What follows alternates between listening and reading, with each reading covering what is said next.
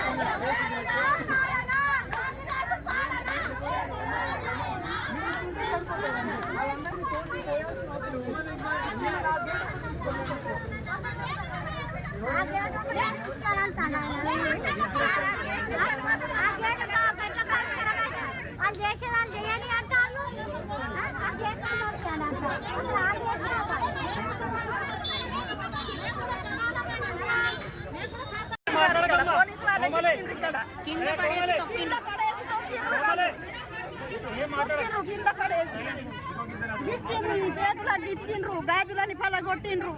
బట్ట నేను కింద న్యాయం కోసం పోరాడితే ఇంకా చేస్తాను.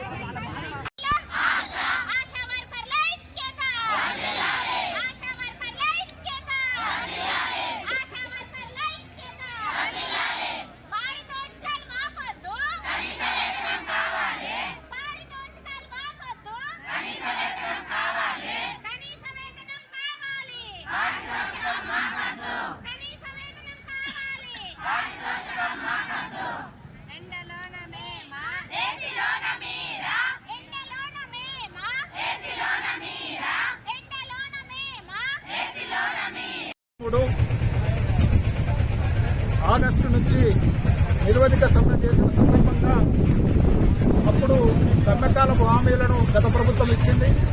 ప్రభుత్వాలు మారిన తర్వాత ఒక్క హామీని కూడా నిలబెట్టుకోలేదు. అదేవిధంగా గత రేవంత్ రెడ్డి సర్కారు తన మేనిఫెస్టోలో పెట్టింది, ఆశా వర్కర్లకు కనీస వేతనం, ఫిక్స్డ్ వేతనం 18,000 రూపాయలు ఇస్తానని చెప్పేసి ఎన్నికల మేనిఫెస్టోలో పెట్టింది. సంవత్సరం గడిచినా, ప్రభుత్వం ఏర్పడి సంవత్సరం గడిచినా దాని ఊసు లేదు. ఆశాలకు ఫిక్స్డ్ వేతనం సంగతే మర్చిపోయింది, 18,000 సంగతి మర్చిపోయింది. ఇవాళ బడ్జెట్ సమావేశాలు 12 నుండి జరుగుతూ ఉన్నాయి. ఇవాళ బడ్జెట్ ప్రవేశపెట్టబోతా ఉంది. ఈ బడ్జెట్ లో ఆశాల సంగతి ఏందో, ఆశాల జీతా భత్యాల సంగతి ఏందో, ఈఎస్ఐ పిఎఫ్ సంగతి ఏందో బడ్జెట్లో ప్రవేశపెట్టాలి.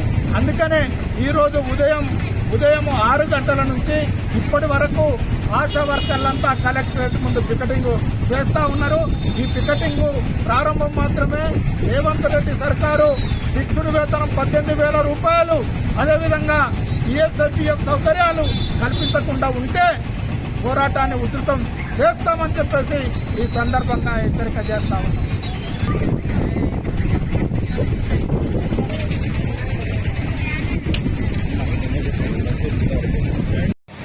ప్రజాజ్యోతి ఛానల్కు స్వాగతము.